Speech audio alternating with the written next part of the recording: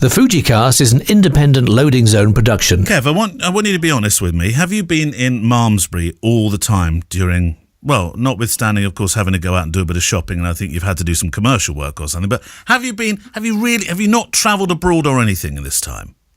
No.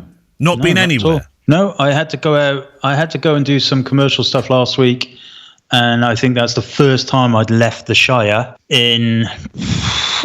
since, I don't know, last June when we managed to go and see my parents. Are you sure now? Hang on, what? There was that thing last Friday where... oh, no, I stayed at home. I'll tell you why. I saw today, I got a Google alert on you. Do you remember when you taught me how to do Google alerts on people? So I went in and merrily did some Google alerts on people. And so occasionally I get this alert that comes up about my mates. And this one came up for you today. Kevin Mullins, daily update. This is alcohol involved in snowmobile crash.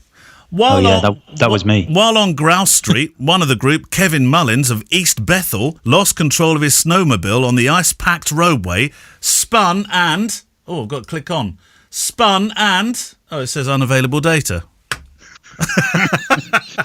That's because I've had it deleted off the internet. No, it weren't me. Okay. But I also, that's really interesting because I still have some of those that kick up. I have some of my friends and my competitors and things like that, and they ping across. But the trouble is, there's Kevin Mullins all over the world, it seems. The Fujicast. Yeah. It's not just in Bunken Malmesbury, it's all over the world.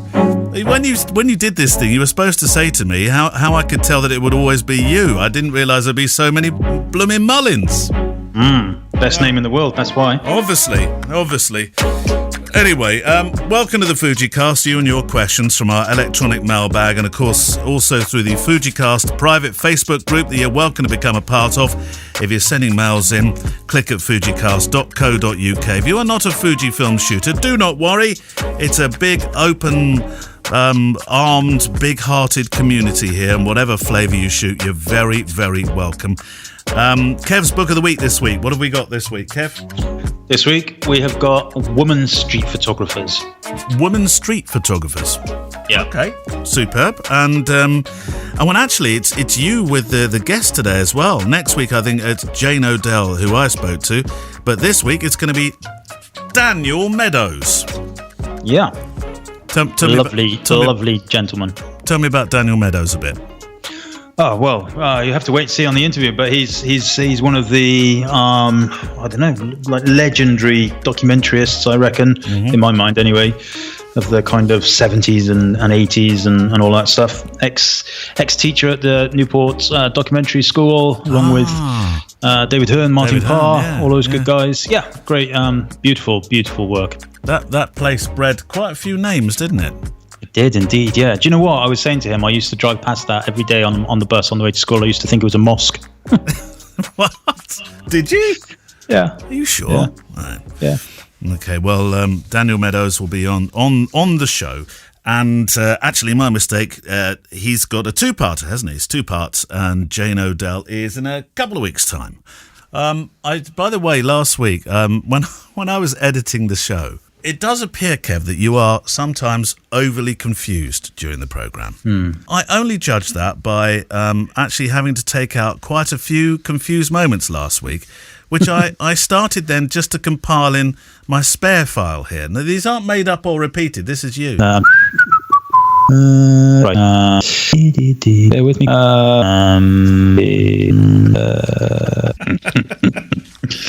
That's my normal voice. That's what I sound like all day long. Oh dear.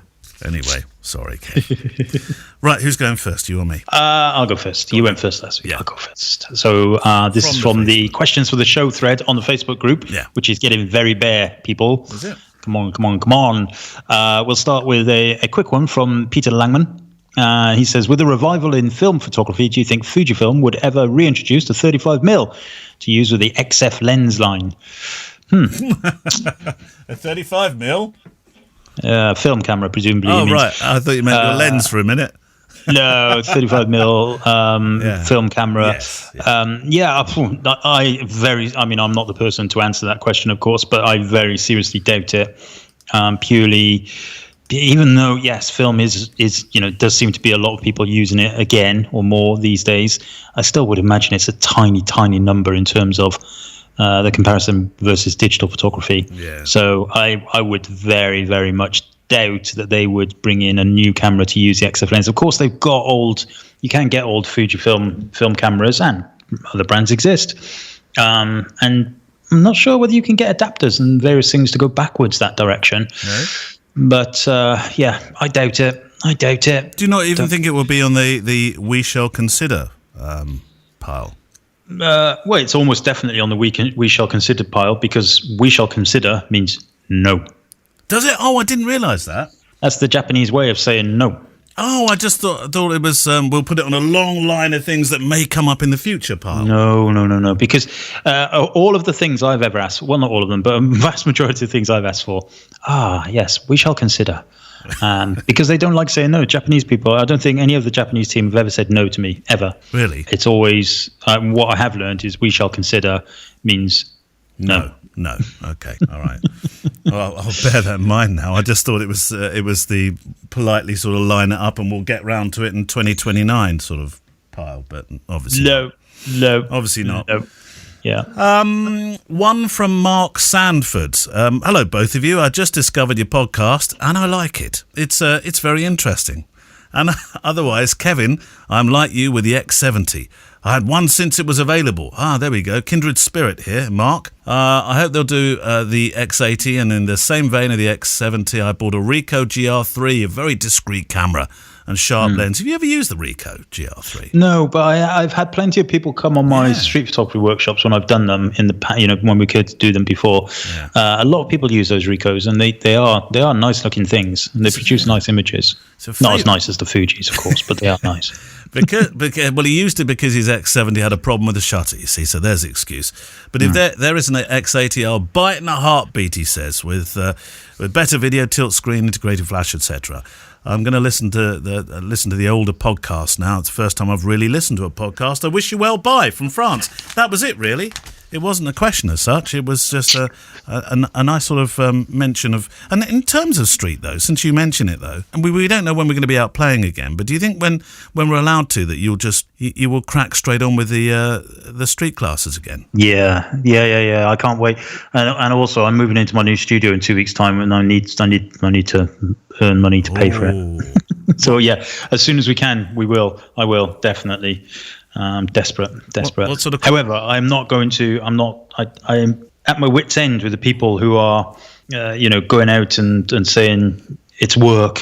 I'm a street photographer. That's my job. Fair enough. If it is your job, then that's fair enough. But if it ain't your job, don't say it's your job, and then go around to London spreading your nasty germs. I think I know who you're talking about. There's lots of people. Loads of them. Yeah. Anyway.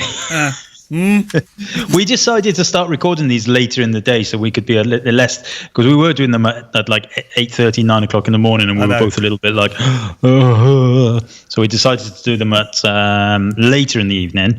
Obviously people know we don't record it live, and I feel like we've started on the wrong foot. Have you got a beer? No. That's not the plan. Oh dear. Shall I do a question anyway? Go for it.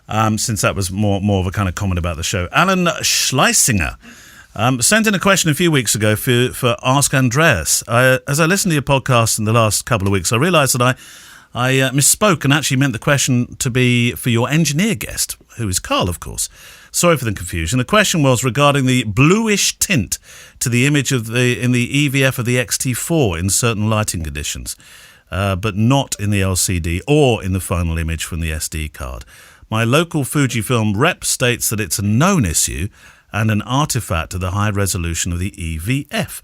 Could you please put my previous question in the queue for a future interview with Carl? But you did actually send this to me and say it's something that you thought we should talk about. Yeah, I did see that question, and because I was a little bit... I'd never heard of that problem. Never. No, nor had I. That was a new one on me. Never seen it. Never had an issue. I don't.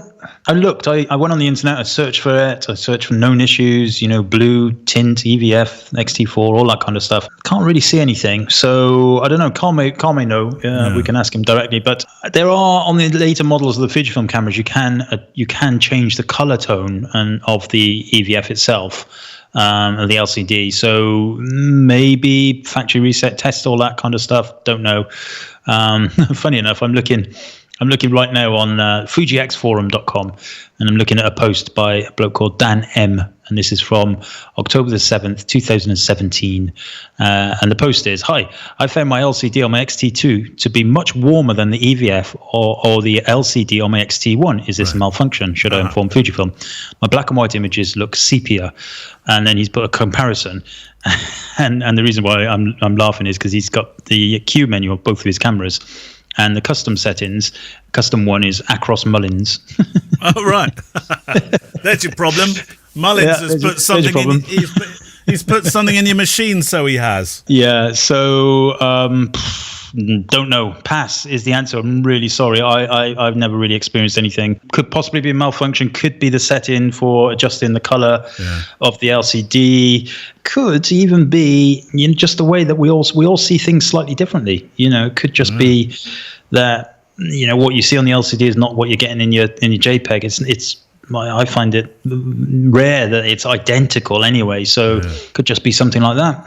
Who knows? It could be that you've downloaded Mullins into your camera. That could be a problem. Yeah, exactly. There'll be a conspiracy theory next. Have you got Mullins in your camera? He can see out the other side, so he can. Running around with his eyebrows in there. No, mini Mullins. Oh, dear. Right, your question. My question. Okay, this is from... Hold on a minute. That's the sound of me frustratingly looking through the thread, looking for questions. I'm going to go right to the bottom, and the last one posted, which was actually 3 days ago. So come on, people. Oh, come on. Ron Whiteman. Right. He's got two questions. And number one, and he says, this one is for myself. What rock have I been living under to have missed this podcast? I'm an avid Fujifilm addict, and an obsession that started with the XT1 in 2014, and I've been suffering from Fuji gas ever since. My go-to is the XT3 and XT4. Also love the GFX system. I do listen to other Fuji podcasts, which is fine, of course. There's lots of good podcasts out there. Anyway, he goes on to say, and since finding this one, I've been binge listening to catching it up. You guys are fantastic and doing an amazing job in keeping a varied and fun podcast. Love it. Okay, so that's my bad, because I thought that was a question. Really, I should have just replaced that with yada, yada, yada, yada, yada. But thank you very much, Ron. Quite nice. And number two, he says, as I mentioned, I do love everything Fuji except, and then there's a big expletive, the remote app. Oh yes, I'm with you on that one. Whoa. What the heck? He says, cutting edge photographic lenses and cameras. It would be so nice to have an app that was useful. Anything on the horizon? Any workarounds or hacks? Love the show. Thanks for making it happen. Ron Whiteman from Rochester, Minnesota. I do struggle with the app, I have to be honest. It never seems to do the same thing twice for me. Well, yeah, I mean, I have to say I don't use the app much at all. I really don't. The last time I used it was when I was doing the behind the scenes photos for the there's the great run company, but it was the Bristol 10K. Yeah. And I think it was the most stressful job I've ever done. They were like, right, we need you to do all the behind the scenes photos at the start, and then we're going to give you a bike. They gave me a bike, and then we need you to get you over to the suspension bridge and get some shots of people, looking exhausted and all that kind of stuff, and then get back to the finish for when the first set of runners get there. God. And of course, like 10K is not long for these athletes. 10Ks, some of them are doing it in 25 minutes. Yeah. I was like pedaling for all my might. And all during that, they wanted me to send them live images for Instagram and Facebook Live and all that kind of stuff. So I was using the app, and it worked. It just worked fine, I have to say. But I didn't use Wi-Fi, I used Bluetooth. Right. And that would have been XT3. Might have been XT2, actually. I can't remember. But yeah, I've not had any... I don't use it enough to have any problems. However, I will say there's been many people on the Facebook group saying that they've got problems with it and stuff. So yeah, you'd think, fix it. Yeah, but it's not the only. I mean, the Canon one for me always used to be great, but even that, I sometimes it would work, sometimes it wouldn't. they do seem to be quite finicky apps. Yeah. I honestly don't know. I don't know whether these things are outsourced or whether they're developed in house or what. You know, I don't know whether the protocols might change. I know I've seen many messages where they say it can't be that difficult to write an app. Yeah. And I actually putting my coding head on. Yeah, it is. It probably is hard, and not so much the interface or the functionality, but the fact that the camera technologies and the software and the updates. Every time things are updated by Apple, if you're unfortunate enough to use Apple, then it's all change, isn't it? Same on the Android, everything changes. So I would imagine, it's probably a bit of a thankless task. Everything changes but you. Who did that song? Kyle MacLachlan. No. Wasn't it the fella off Neighbours? No. Everything changed. I don't know. Never mind. We'll leave that in there as a little rolling quiz, as it were. You ready for... Oh, this is a music one, funnily enough. It's almost like it was planned, Kev. This is from Johan Borhead. It says, "Hello, Kev. Hello, Neil. Since you both attended a lot of weddings, I guess you've experienced a lot of great music as well. What have been your best music experiences at a wedding? Have there been any celebrities or any stories that you can share? Cheers and thank you for a great show," from Johan. Well, I have to say there was one I remember. It was, mostly it's wedding bands, isn't it? Yeah, and in fairness, they're far more talented than you or I are at that kind of stuff, and they're usually very good. Oh, Kev, don't do yourself down here. I'm sure you've got a lovely voice. However, I do remember I did this one wedding in Richmond. It was in a marquee, and it was absolute biblical rain the day before, and the groom and the best man slept in the marquee overnight because they knew that if the river flooded, because it was right by River Thames, they would have to literally lift everything out of the marquee and move it up the field. So they slept in the tent overnight. The band they had came along and they came to the wedding. They actually came to the wedding in the day, which I thought was a really nice touch. Kind of stood at the back, and the rain came back, and all of the generators went, and everything it was just went bad from an audio point of view. However, they just did this amazing acoustic set. They just saw we'll get on with it. Did an amazing acoustic set until the engineer came to fix the generator, and they were called the Indie Killers. And they were absolutely phenomenal. You know what?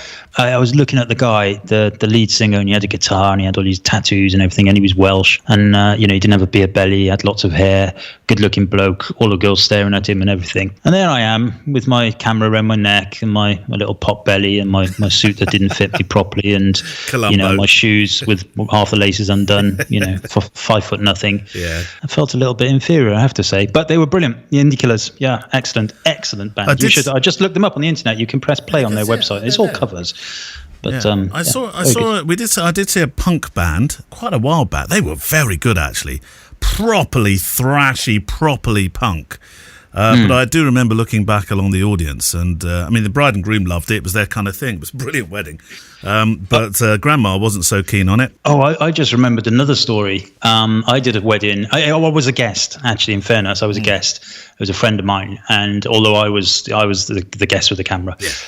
And he said to everybody, no, he's really into his music as well. And he's a very good musician. And he said to everybody, "Yeah, we got first dance at 8 or whatever. We got band coming." And it was Catatonia, Keris Matthews. No way. Yeah. Oh. So there I am taking some pictures, and the kind of fella came up, the security guy, and said, "No pictures." No pictures, please. Oh, he did? What a shame. Yeah, well, I still got a few, but it was. But interestingly, I went backstage. Well, not backstage, but into the room they had at the back, and with my friend and them, and took some pictures of them together and everything. Yeah. And the rider she had in that room was incredible, and bottles of champagne and food and everything. Another time when I felt like, I'm in the wrong job here. I should be a female lead singer of a Welsh band. That'd be good. Yeah, Keris Matthews. She was lovely, though. Gave me a nice big cuddle. Did she? Blimey. Yeah. Yeah. Every day when she wakes up, she thanks the Lord she's Welsh. Okay. Right. Your question.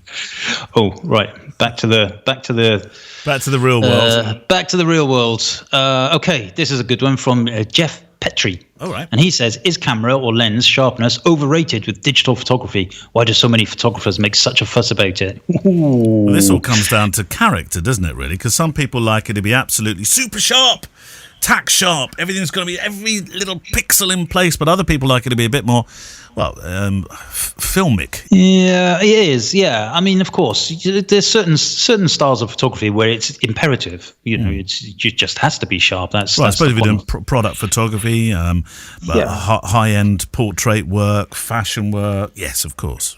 Yeah, of course, it has to be. But I see Jeff's point in that, you know, lots of people who perhaps don't need to be making such a fuss about it do. Yeah.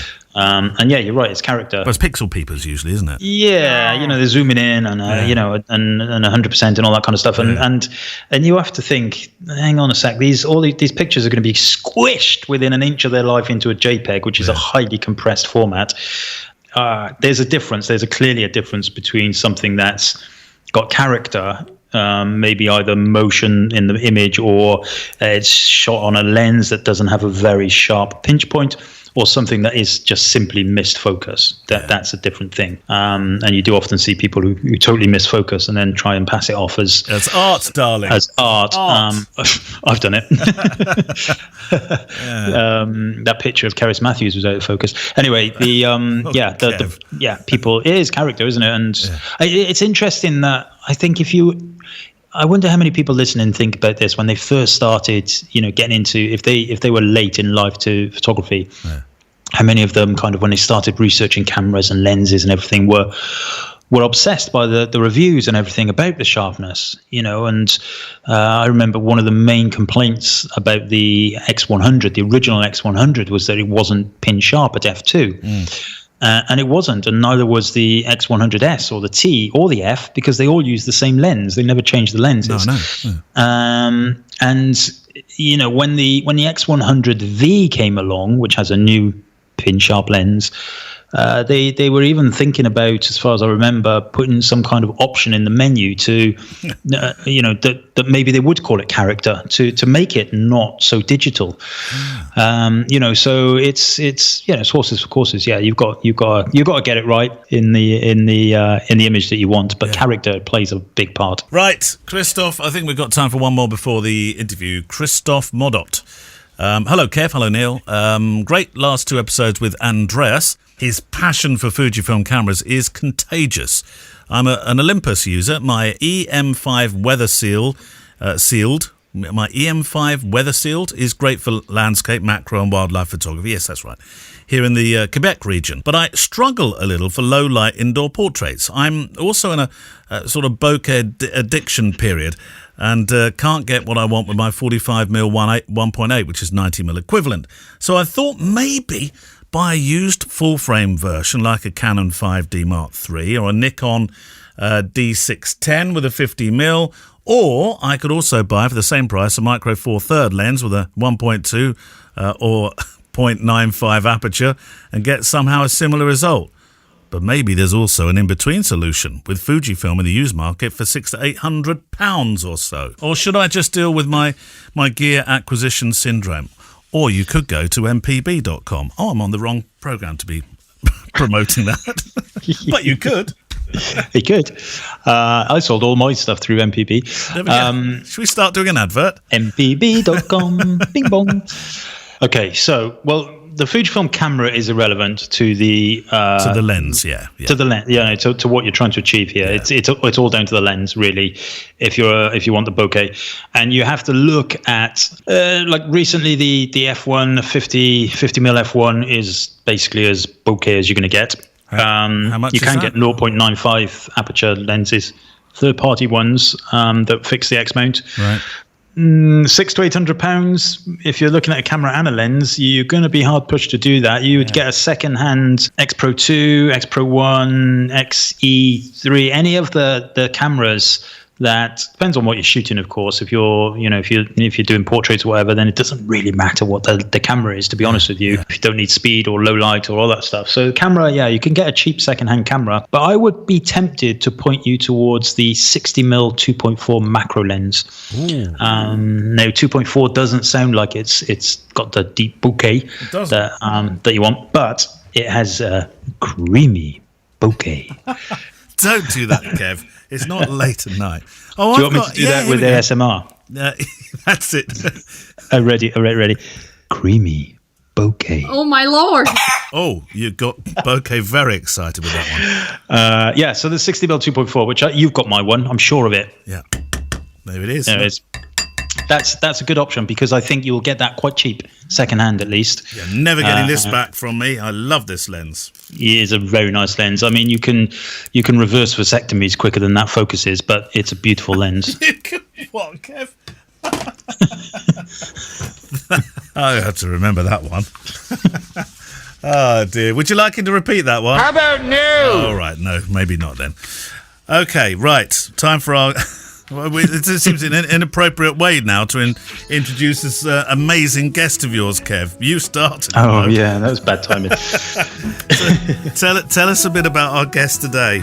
Okay, so Daniel Meadows is, like I said at the top of the show, is what I think a wonderful documentary photographer, and he's got such a great story. And we just got together and had a chat. We originally got in touch because he was originally asking me whether there was such a camera that basically just had a shutter button and the aperture triangle. That's how the conversation started, and then we got chatting. Well, this is part one of two parts. Hello, Daniel. Welcome. How are you in these days, these pandemic days? Well, it's this lockdown tedium.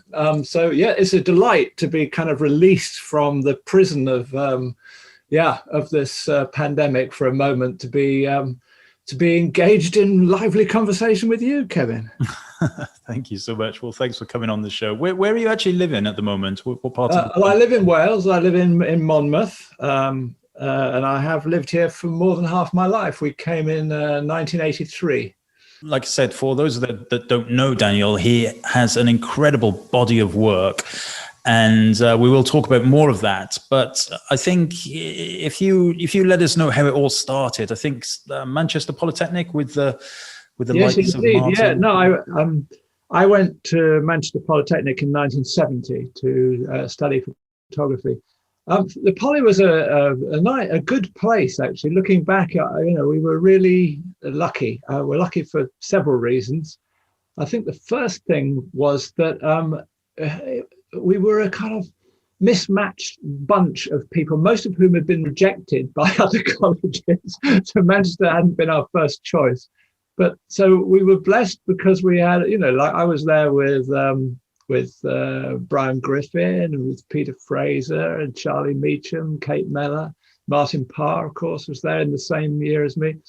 And we had a good bunch of people I've stayed in touch with for the rest of my life. And so it was very inspiring being around other ambitious photographers and sharing our learning together. That was fabulous. The other thing that was really good about Manchester was that it was they were still trying to invent how to teach photography, and so we could kind of sneak in through the gaps. There was only, I think, at that stage, 1 3-year degree program, which was pretty theory driven, which was out of Regent Street Poly. I think most of the other courses were college diplomas or, latched onto the old Dip AD. And we were the first students into Manchester Polytechnic. It had only been created that year, 1970. So you had teachers who came from, it was an amalgamation of sort of scientific photography. There were teachers who came from the old tech colleges, people like the wonderful Dr. George Wakefield, who used to have a column in Amateur Photographer talking about all the technical things. And he was like God. He was like sort of carved in stone, wonderful old, I don't know. I mean, he seemed like an incredibly old man to us, like sort of biblical in his in his ways, but completely, for me as a 18-year-old, completely impenetrable, talking about, I don't know, watt lumens and the characteristic curves of emulsions and stuff. It was like being allowed into some weird catechism. So you had people like him, and then on the other hand, you had more creative people, people who were brought in because of their kind of artistic take on photography. So there was a wonderful man called John Fisher who was a specialist in photograms, making photographs just by putting objects on photographic paper and exposing them to light. And then Jack Tate was the head of school. And he was very sort of lenient and tolerant, and if you wanted to do something, he would find a way of helping you do it. And so yeah, we had a lot of freedom.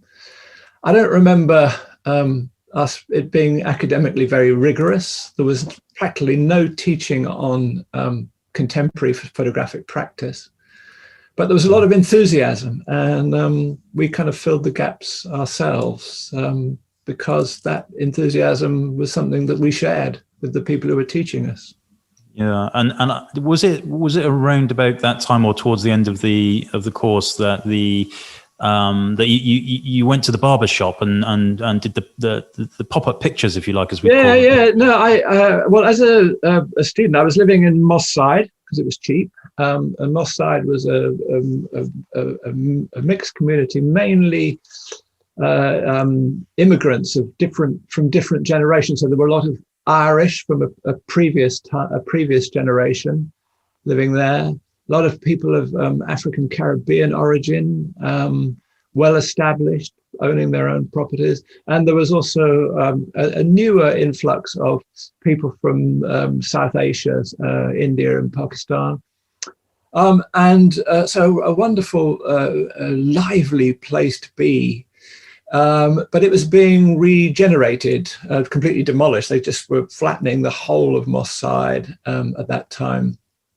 And I was, young, and I wanted to respond to it. I mean, I was ever only interested really in kind of social documentary practice, photography that, worked in a way that was to do with working with people rather than doing media to them. And I wouldn't have had the skills to do a sort of photojournalistic essay about it at that time. But I did, one of my tutors, yes, the photogram man, John Fisher, he showed me Irving Penn's Worlds in a Small Room, the book. In fact, the book wasn't published till 1974, in fact, so it must have been in a magazine article or something, because this was 1972.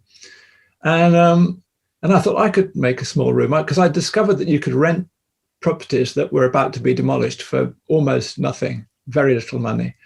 And our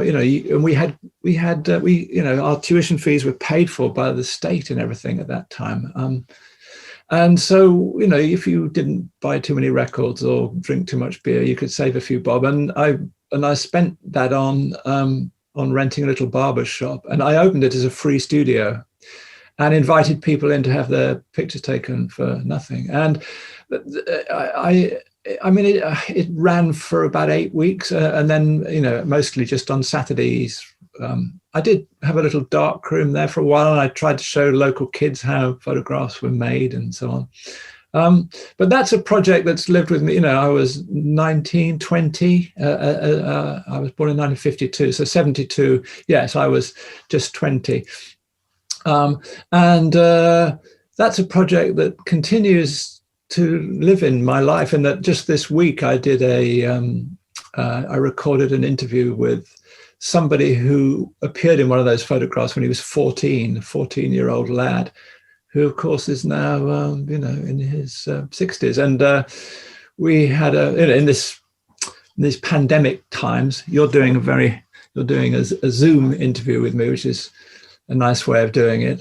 I did a slightly more old-fashioned thing in that I posted him an audio recorder and then interviewed him over the phone, but I meant I got quite good quality audio out of it because he was speaking closely into a good microphone. And so that project's lived with me all my time. Those pictures.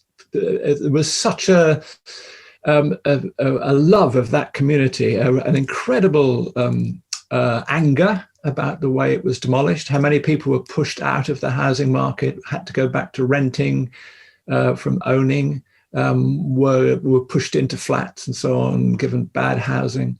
So that there's a wonderful connection with that community through that body of work, and people want to articulate that. I've had the pictures on my website for, I don't know, a decade or more, and every now and again I get a email or some kind of a message, Facebook message or something from someone who says, "Oh, that's me in one of your pictures," and from time to time people are keen to be interviewed and talk about it. Yes, that's wonderful. That was the thought that just went through my mind about that 14-year-old. How did he contact you? Did he say, "Hey, I'm in your pictures"?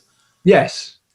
Brilliant. That's amazing, isn't it? And presumably at the time you weren't kind of, nowadays it's all about release and model release and, taking people's names and everything. But I guess in those days that wasn't such a thing. So you're relying on people to come to you. No, I mean, yes. I never did do model releases. No, I didn't even take people's names a lot of the time. And if I did, the pieces of paper would have got lost. But of course, you've still got the negatives, you've got the contact sheets. And yes, when the wonderful thing about the internet, of course, is that it's relatively easy for people to find you if they want to communicate something with you. And mostly people are just enchanted that those photographs exist, really. That's the main feeling I get from that body of work. Yeah. Now that I always encourage people to, when they're researching photographers, to just pop their name into Google and go straight to the Google Images tab. And that gives you a broad overview of some of the more iconic pictures, perhaps. But one of the third picture that comes up is of you outside what became the photobus, I presume.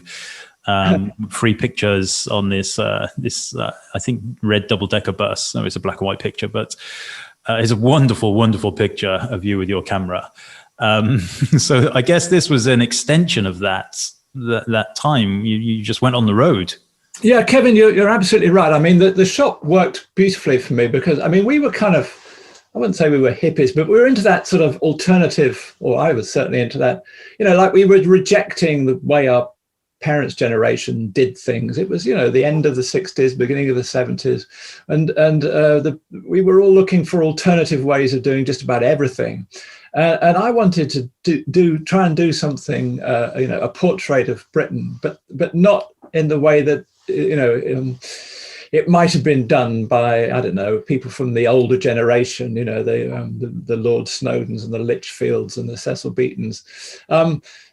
I was so yes, the shop worked absolutely beautifully because people came to me. In other words, people were offering their picture to my camera, but they were also chatty, and you had more than one occasion, one chance to meet somebody. They came to be photographed, or often they came to find out when they could be photographed, and then they would be photographed at another time, having got into the clothes or whatever it is they wanted to wear to be photographed, or in the company of whoever it was they wanted to be photographed with, and then they'd come back and collect the image a week later or whatever.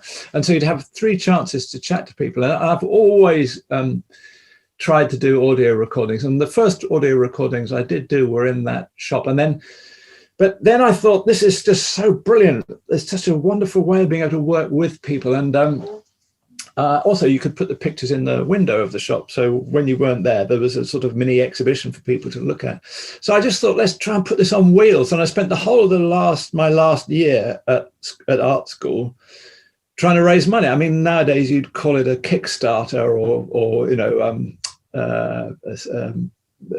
crowdfunding. But then I just went up to the Central Reference Library after college every evening, and I made a point of writing 10 letters a day, cross-referencing Kelly's Directory of Industry and the Directory of Directors and whatever other reference books I could find. I mean, it's all before the internet, of course. And anybody who seemed to be in a position of power, who also had money and an interest in the arts, I would write them a letter. And I used to write a longhand letter and had a little brochure printed, which I paid for, having worked at Butlins all one summer. And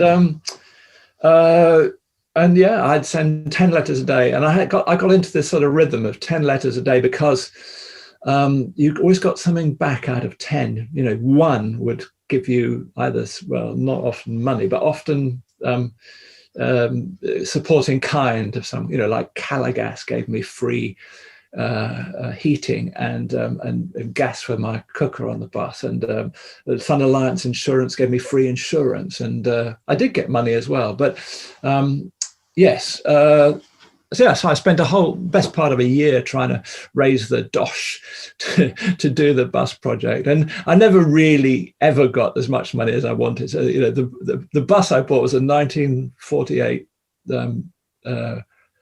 low bridge decker, they called them, because it was 13'6" high. It was a beautiful thing built by with duple coachwork, so it had a sort of coach feel to it. It was very old, it was extremely grumpy, and I had no mechanical knowledge or skills at all. So you can imagine our first 6 months was quite a trying relationship, me living on this bus. Yeah, but I did all the conversion work myself. Well, repurposing would be a better way of saying it than conversion. I was able to put up some partitions and build some benches and take the seats out, and I put a dark room in, and and I made all the sort of double panel sort of panels that you could put into the windows behind the glass where you could put pictures up, so there was always an exhibition for people to look at. Yeah, and then in September 1973 I set off around the country and stayed on the road for 14 months, visiting different parts of the country. I had some regional sponsorship through the regional arts associations. I got 2 awards from the Arts Council of Great Britain, all of them very small, but enough to keep me going. And I had this great adventure going around. I went to 22 different towns and cities. I ran a free studio in each one. Sometimes it just rained and no one turned up, or but then there were magical days, like in Southampton and Hartlepool, Barrow-in-Furness, towns where, I don't know, maybe it was a brighter day, it was drier, there were more people out, maybe it was market day. Yeah. It was full of, the whole point of it was to do with, capturing serendipity. Yeah. And was it just you? Just me, just me on the bus. And then, of course, the other part of running both the shop and the bus was that people would ask you from time to come and do something away from the bus. So, the body of work that people perhaps recognize from me are the portraits that I did on the double-decker bus.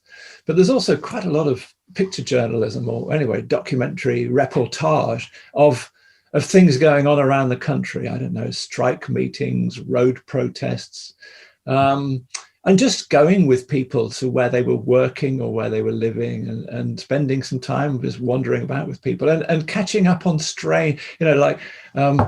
I don't know, people would say, oh, you must come and meet so-and-so, he plays these wonderful bagpipes or whatever, and you get to meet all the people that, I didn't research anything. I didn't, in the way that you would research if you were doing a set of pictures for National Geographic about Britain or something.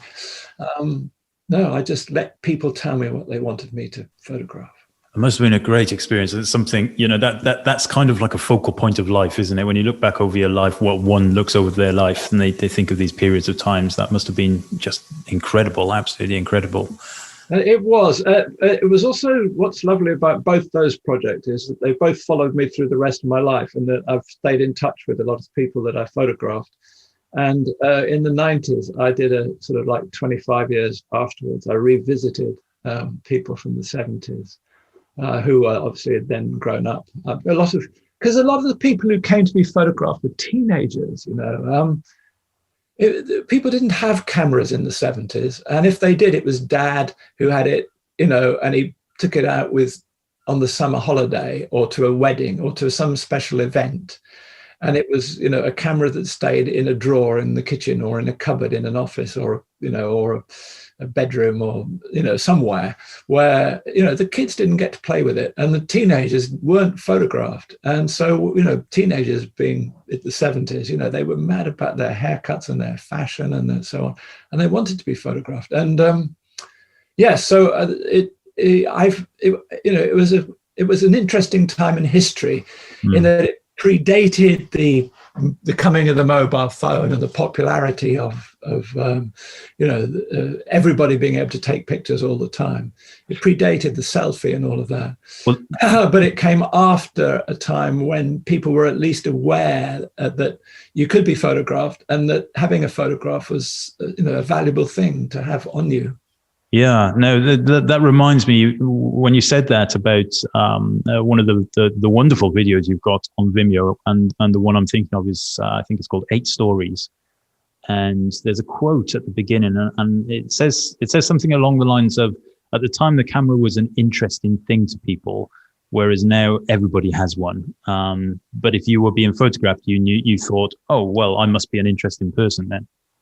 Yeah, that's a lovely quote, isn't it? It's by a woman called Shireen Shah, who was a fellow student at the Poly, who was a sociologist. And she was doing a study about how local authorities were providing proper accommodation for gypsies and their caravans, gypsies and travellers and their caravans and trailers and so on. And together we did a little project about a group of gypsies in Stockport.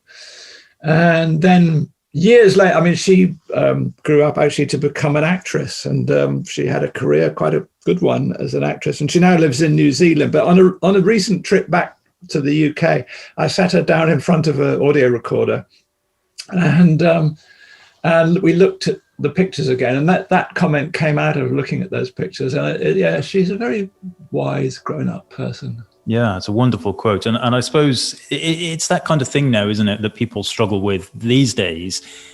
People seem to not want their photo taken, really, because all kinds of reasons: vanity, ego, the fact that there's so many cameras about, everybody's taking pictures of people, and that's the complete antithesis of how it was and how perhaps it should be. Yeah, it is like a completely different time altogether that I was doing all that work. Yeah, it's like it's closer to the Victorian era than it is to the modern era. Thanks to Daniel Meadows for this week, and he returns, of course, for part 2 next week. And if you like your interviews and inspiration, then after today's Fujicast, head on to Photography Daily, where today British editorial photographer Alex Ingram, who is reasonably new-ish in terms of time spent earning £1 or 3 from this craft, talks about your fantastic personal projects and how they can each be a real turning point, the catalyst, the start of things much, much bigger and the launch of a career making pictures. Then on Wednesday, from New York, Scott Goldsmith, with a lifetime behind the lens, shares his story. But look, slight spoiler, the tail end of the piece, where I ask why he still does this, which is a regular kind of question really, reveals something that's left me thinking constantly about what he said every single day, honestly, since I recorded the interview 2 to 3 weeks ago. Anyway, photographydaily.show. It's on the web, or it's all over your favourite podcast app. Stories of life told by photographers. Next week, as I say, Daniel Meadows returns here, and in a couple of weeks' time, just as I may have confused you at the start, Jane Odell is here, Fujifilm photographer, landscape shooter, tide watcher, and now she lives out at Newmarket. And she's now really a recognised figure in the equine circuit there, and it all came. Don't talk to me about horses. Oh, sorry, I forgot. Yeah. How's your horse doing there, Kate? Oh, she sounds perfect. Have you? No wonder you got her so cheap. Hello, we haven't got it yet. Oh, you haven't got it yet. Are you looking forward to it? You did send me to be fair, you sent me a picture of on the coldest day of the year so far. You sent me a picture of your paddock, and I was thinking, oh, rather you than me that day. No, I am looking forward to it. I mean, it will be expensive. I mean, Rosa Gemma's rode horses all her life. Rode horses all her life. So Rosa's turn, and she's really into it. So yeah, I am, just for the for them really. And I think that I'll go and pat it on the nose or whatever and sit in the car and watch them through the window. Do you think you might take up riding at all? I did it once. I went on a riding holiday. Did you? Oh. Yeah, I got cramp in my bum. Oh. Yeah. I think I got my stirrups on the wrong way or something. Don't know. Well, maybe you're not supposed to be sitting on the stirrups. Yeah, I don't know. I'm not sure they'll get a horse that will be able to. It makes me taller if I sit on these metal things. Careful now. I know. I think it's fantastic that she's so into it, which is lovely, isn't it? Yeah, absolutely. Yeah. No, Well, it's very exciting for the whole family. It is the trouble with kids that get into stuff like that. I mean, Thomas with his railways. Yeah. You with your horse.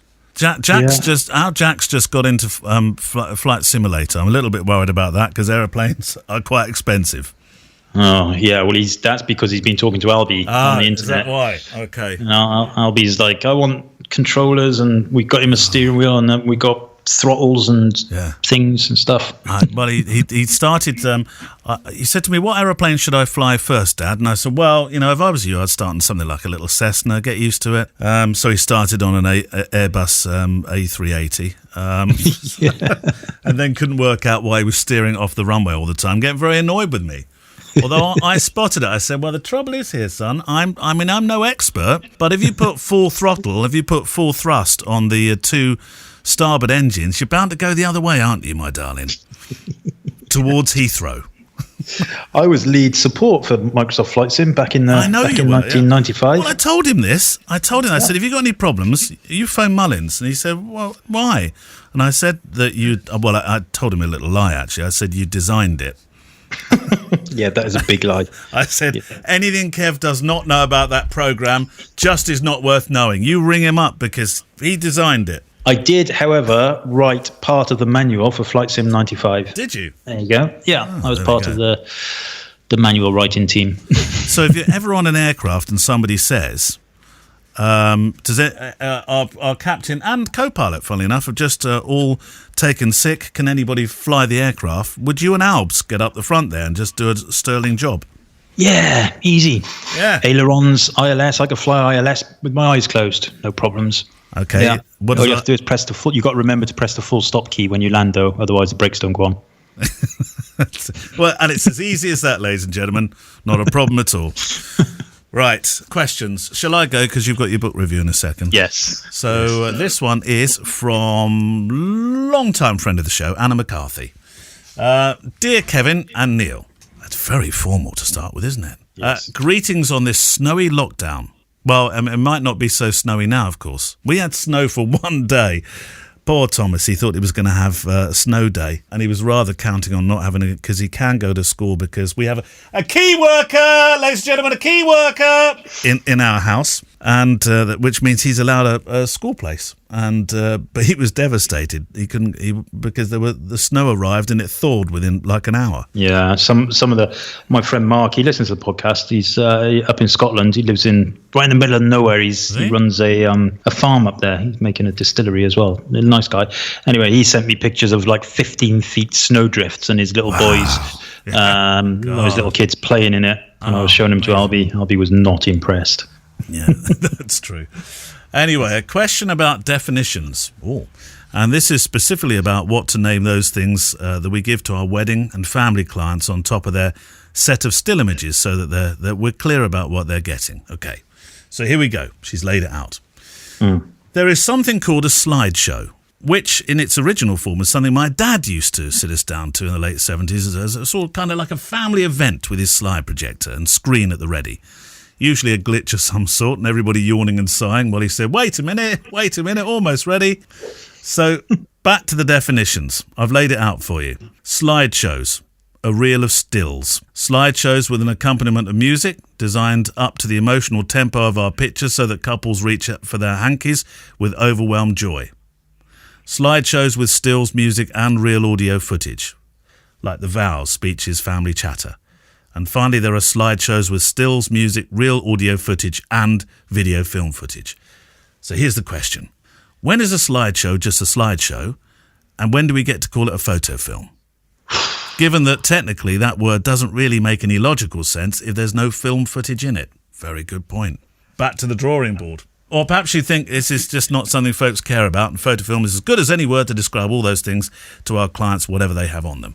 So, in other words, I go breaking this down. Then is if you have just a load of stills and I don't know, Christopher Lady in Red with a load of slushy pictures coming round. Is that a slideshow or is it a photofilm? Well, I would like to draw the good lady's attention to the latest Apple adverts on TV, right, which I think are wonderful, by the way. Okay. The adverts, that is. And they are simply black and white pictures of the old Apple design teams. You've got Steve Wozniak, Steve Jobs, and all the other boys and girls that are involved, with some beautiful music. And then you just get the logo at the end. And, if there's anything that's going to make me buy an Apple device, it's that. And that doesn't have any move-in footage. No. But it's still a film, isn't it? Because it's an advert. It's still a film. Well, a film. I think it's semantics, isn't it? Yeah, I always think of a film as kind of a narrative, actually. That's what I think of as a film. Something that has a narrative. Generally, it's going to move from position 1 to position 2 over not just a second or two. It's going to be a journey that you make, and that's how I think of as a film. So that could be still images. It can sometimes be complete blackouts, with just the odd thing coming up here. I've seen some extraordinary arty films that are practically blackout, and they're really just audio, but they're still films. Yeah, I think. I mean, I agree with Anna in respect of a slideshow. What I produce generally for my clients is music with pictures, which is a slideshow for all intents and purposes. But I think that's got very 70s connotations to it, hasn't it? She alluded to that with her dad. And, slideshow, I prefer to use the word photofilm, even though I think what you produce with your mellifluous voice and the clips of audio from the speeches and everything is far more artistic and far more worthy of the name photofilm. I don't care. I still call mine photofilms. But it's not a photo film. She did actually say here, please don't fall out or get into a fight on my account. But she did say to me, do you think it would be worth asking this question? And hang on. I said, yeah, send it in. Did you know it was coming in? Oh, set up. No. It's good. It's a really interesting conversation, though, isn't it? Hang on a minute. It's a setup. It's a setup. Warning. No, I feel like that. I think of a photo film. I suppose I think of a film as something that gives you an experience. It's a journeying experience between point A and point B, and so therefore your slideshow is still a film, Kev. To be fair, well, yeah, perhaps, but yours are better, more than likely. However, hang on a minute. Did Kev just say I've had something that was better than his? Oh, savour that one. Yeah, definitely. Your slideshows are much better than my photo films. But if you think back to the interview we just did with Daniel and his we spoke a lot about his Photobus website and the productions, the multimedia productions that he's been creating for years and years and years. Yeah. And they, back in the day that he was creating those, I suppose they would be called multimedia. Multimedia. It's stills and music and multi stuff. I don't like that word, though. I don't. And that word, multimedia, nobody ever uses that anymore. But in the day, that was like, whoa, my lord, that's like super high tech. But his things on there are beautiful, and not all of them have move in in the traditional sense, like movies, film, people moving their arms and stuff. A lot of it is still, I can't quite get the words out. But he has narrated some of them, and he has got other people narrating parts of it, and there's animations that he's done and everything. So yeah, I suppose it's far more in depth. I was talking earlier funnily enough, to Sean Tucker, who makes all those lovely, lovely films. And he was suggesting somebody called Adam Curtis, who's on BBC iPlayer. I think he said it was "Can't Get You Out of My Head," which is I don't think Adam appears in the film at all, but it's films basically using lots of very, very intriguing use of B-roll. So there can be old dances that could be from the 50s or the 40s, and a sort of narrative on top. And again, I mean, I suppose that's because it's moving image is a film, but it's different ways of using different kind of media, isn't it? It doesn't. Yeah, I'm just looking at that now on iPlayer. An Emotional History of the Modern World by Adam Curtis. That's Love, right. Power, Money, Ghosts of Empire, Conspiracies, Artificial Intelligence, and You. Oh, sounds heavy. That sounds good. I'm going to watch that. Yeah, I think there's 5 or 6 episodes, I think.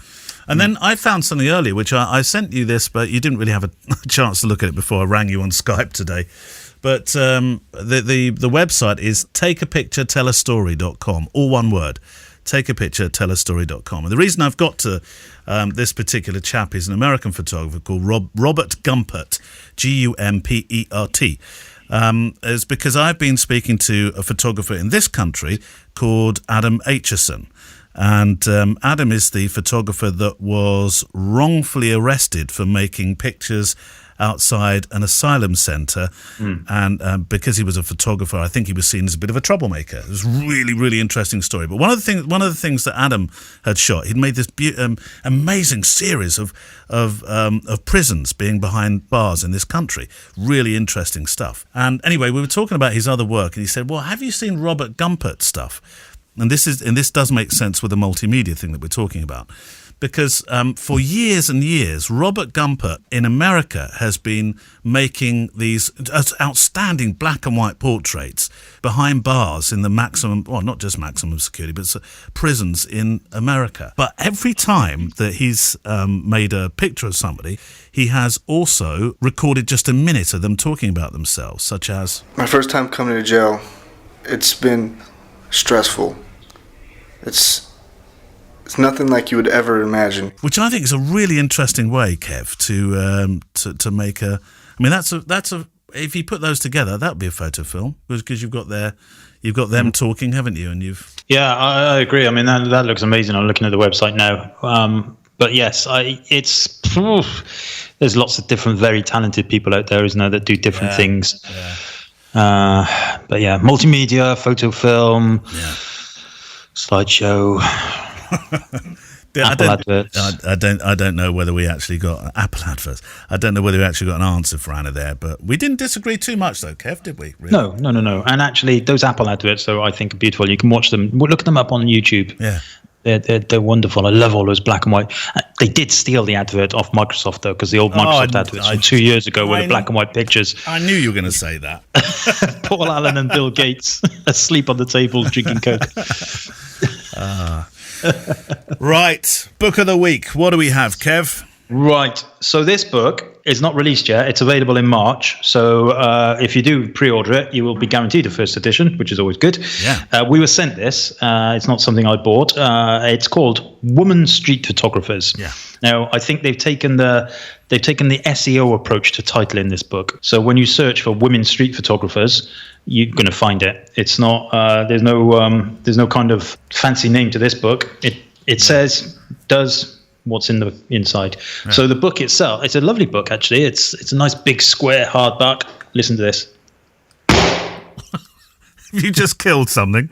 That's me putting it on the table, right, okay. Which indicates its size. It's nice. Yeah. It's really, actually, I have to admit, when they sent it through, I looked through a lot of the names and I recognized maybe, I don't know, 10. So there's 100 photographers in here. Wow. I'll read the little blurb off the back. A rising generation of women is challenging the historical dominance of street photography by men. This book is a celebration of 100 contemporary women photographers, both professional and amateur, who are capturing the world as they see it. Curated by the visual connections between pictures, the images are variously joyful, intriguing, and unexpected, offering a kaleidoscopic view of what happens when women across the world are behind the camera. I like that word, kaleidoscopic, and it really is interesting. You know, I'm not a kind of massive fan of kind of segregating different sexes and genres and races and religions and all that kind of stuff. But I have to say that the thing about this book is it's really introduced me to a lot of new names that I just didn't know exist, and they're brilliant, every single one of them. So that the book is laid out very simply, 100 pictures. You've got the name of the author of the picture. Yep. Also, that's what they say in photography judging competitions. They call them authors. Oh, right. You and I probably call them photographers. And so they have all 100 of them, and there's a little bit of blurb from the photographer about the picture. and then a small kind of bio of the photographer as well. So I'm randomly going to pick. I'm just going to open it up. Boom, page 70. Now a lot of these photographers are foreign, and I mean names that I'm almost definitely going to get wrong. That's what I mean by that. So stop there. Have you picked Olga Karlovac? No. That would have been really spooky then. I've picked Debriani Das. That was the next one I was going to say. And this is Birdman Kolkata, India, 2017. Okay. And Debriani is a winner of Women's Street Photographers Artist Residency 2020 in NYC. She's a Kolkata-based street photographer and homemaker. Wonderful. And this is an amazing picture, page 75, Deb Achak. And this is beautiful, beautiful picture. And the good thing about this, it's called street photographers or women's street photographers. A lot of the pictures are not what we would class as, or what some people would say, it's not street photography if it ain't photographed on the street. Well, yeah, this one's a perfect example of that because it's actually half in water and half out. Yeah, this is an underwater shot. She's got a dome on her camera here. It's an amazing picture of kids, 4 or 5 of them swimming towards this cluster of rocks, and then you've got another 4 or 5 clambering over the rocks. But the composition of it is beautiful. Well, they talk about perfect leading line there. Look at that. It's amazing. Deb Achak. It says Deb is a street and conceptual photographer. Her street photography captured while swimming off beaches worldwide is rooted in her lifelong fascination with water imagery and beach culture. Now Linda Wisdom. Now I know Linda. There we go. We got one. Linda Wisdom. I think Linda is. I don't think she lives in possibly Scotland, maybe northwest of England. Linda is a wonderful photographer. She's on page 86, Ed's Diner at Night, Soho, London. We all know that place, Ed's Diner. It's a very famous street. Look at that, yeah. Very famous diner in London. Linda is a self-taught professional photographer based in London. There we go. Her street photography focused mainly on storytelling and nuances of human nature. Michelle Rick, Sandra Catanario Adorno. She's Brazilian, and that's a Ipanema beach, of course. Kind of probably not a cliche picture of the beach, but you typically see that beach with lots of people and the sun setting and everything. But this is a lovely take on it. Very sepia color to it, a very sepia tone. But I don't think it is sepia edited. I think that's the actual light. So yeah, she says a thick, ominous mist hung over the beach and was colored by the sunset. Wonderful. Yeah. I think it's, if you want to be in, that's amazing. That one, page 98. Zimina Ekagu. Soul of the Ganges, Varanasi, India, 2019, and you've got a cow and this lady in the river, and the dimensions of the image make it look like the cow is kind of going up to this lady and sniffing her, but of course it's not. Lovely, clever. There's a lot of water-based pictures here. Yeah. Nikki Gludi, page 99. Nikki is an award-winning and published street photographer. She uses color to express emotions and the energy that underlies them. So what I love about this book, though, is the fact that it's introduced me to so many new names, women photographers that I just didn't know existed. And amazing. And that tells you a thing, doesn't it? I didn't know they existed, and I kind of. Well, I like to think of you as reasonably well read when it comes to street photographers, and you mention a name to you'll usually know it. Yeah, quite exactly. And that's why it's a good thing that it's introducing me to these people. But there you go, book of the week, women's street photographers, Prestel Press. Okay, do you want a question? Yeah. This one is from Adnan Onart. I've been using Fujifilm X-RAW Studio to experiment with different simulation settings, dynamic range and D-range priority fields appear graded out. Or grayed out. Is there a way to change that? Do I need to change some configuration in the camera? Yeah, X-RAW Studio. The question I was looking at on the Facebook group was from Adnan as well, funny enough, different question. Right. I can't remember. I suspect that's to do with the different cameras. So some of the cameras have some features that are available in X-RAW Studio, and then some of the newer cameras have more, for example, clarity and various things like that. So I guess it's something to do with the camera you're using, the age of it. The latest version of X-RAW Studio and the latest versions of the Fujifilm cameras allow you to basically do full edits and save the presets into custom settings directly from X-RAW Studio as well, which is really nice. Press a button and it appears on your camera like a little fairies run up the cable. Brilliant. Do you have an Adnan question then from the Facebook since we're there? This is the Adnan show. Two bites of the apple. So this is a question from him again. He says, "How are different dynamic ranges achieved in Fujifilm cameras? What are the trade-offs?" Right. I'm not sure whether that means what the dynamic range settings does in the camera, or whether there's different dynamic ranges between different cameras. I'm not quite sure. So I'm going to assume that it's about the dynamic range setting, bearing in mind that the question you just asked about X-Raw Studio also mentioned dynamic range. So in the cameras, you have dynamic range options of auto, 100%, 200%, 400%, I think. And essentially what you're doing with that is telling the camera to adjust the exposure to try and save shadows, highlights, various things like that. And the percentage thing is a little bit of complicates things a little bit, in that it's essentially a multiplication of the exposure. So 100% of 1 is 1. So 100% is effectively off, technically.